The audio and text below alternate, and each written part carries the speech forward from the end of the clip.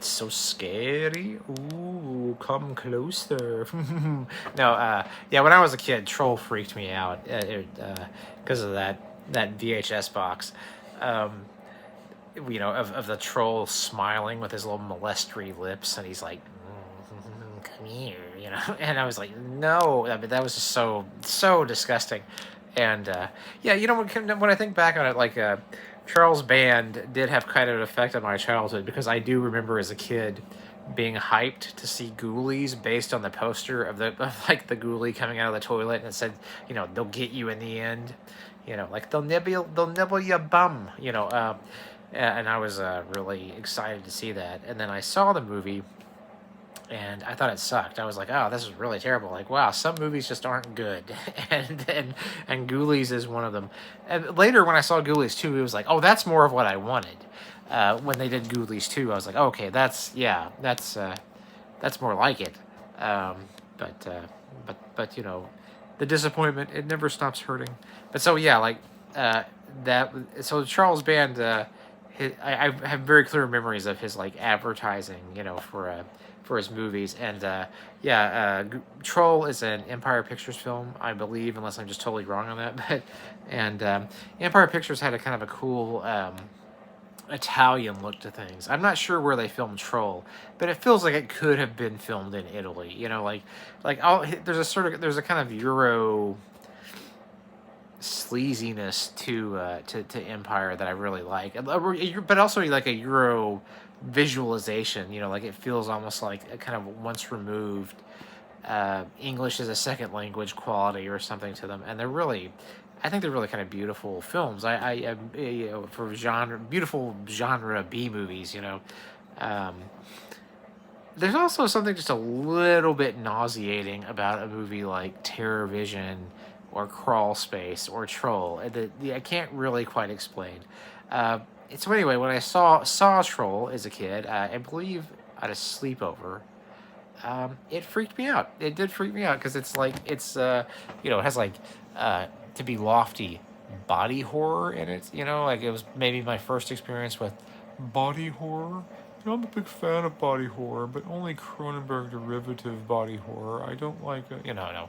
Because the troll goes around and he has this ring that has like a needle on it, and he's like, bing, and he's like jabs people with it, and they turn into like these pods, and their faces are all like, "Bleh," and they, and it looks like these like pulsating pods that like sickeningly crack open, and then open up a dimension to like another plane or something, and then these fairy tale creatures come out of it, and there's just something about like uh, a person exploding with these like imagine creatures from your imagination, just like who are kind of malevolent, and singing these like sinister songs and stuff.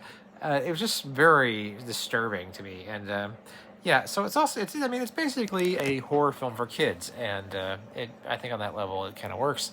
Um, it has Sonny Bono in it. It has Julia Louis Dreyfus, Elaine from Seinfeld. Very, very, very weird cast. Very kind of 80s satire of just, yuppies and whatnot. And swingers, um, sleazy dudes. Um, yeah, so it's a good movie. I like it. It's directed by John Carl Buechler, I believe. That's how you say his name. Who directed Friday the 13th Part 7, the one where Jason fights Carrie.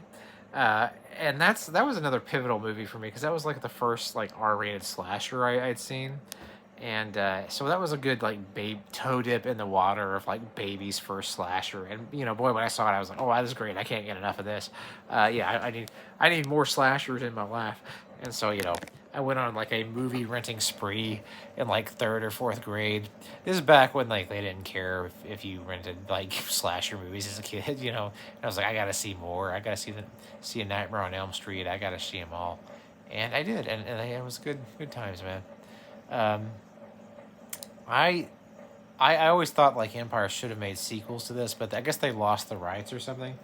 And instead, the sequel was made by crazy Italians. Now I held off on seeing Troll 2 for years, because I knew I would genuinely like it, and I didn't want to fight that battle of, against the rest of humanity who was like, this is so bad. And it's like, then I saw it, and I was like, I guess I'm just used to like crazy Italians making crazy movies, for like low budgets. Because I was like, this rules. Um, it's just, it's in the vein of, being disgusting and kind of gross, and but also like a strange child's fairy tale, and yeah, I like this. I guess I'm just used to like crazy English as a second language horror movies, but yeah, the director of it, I think it's Claudio Fragasso, who's actually a pretty fun bad director. There's certain directors who are bad directors, but that's like their medium. It's like the style in which they operate, like him and Luigi Cosi. I love Luigi Cosi. I really like. He made a movie called Scalps with, I think, Bruno Mattei, and I love that one a lot. That's like a Euro. It almost was like a Euro comic book western. Also, we did one called White Savage, which I thought was good. Um, so yeah, I don't know. There's just something about the offbeat quality of it where it doesn't like. I'm not like, oh, it's so people don't talk like that. I'm just like, oh yeah, that's part of the weird world of this movie. It just doesn't bother me. I don't feel the need to like MST3K it or whatever. But that's just me. Um, so yeah. So when they need a troll 3, when's troll? They need like Full Mean needs to like pair the troll up with have it fight I don't know, uh, the Puppet Master toys or the demonic toys or something. But I guess that's not to be.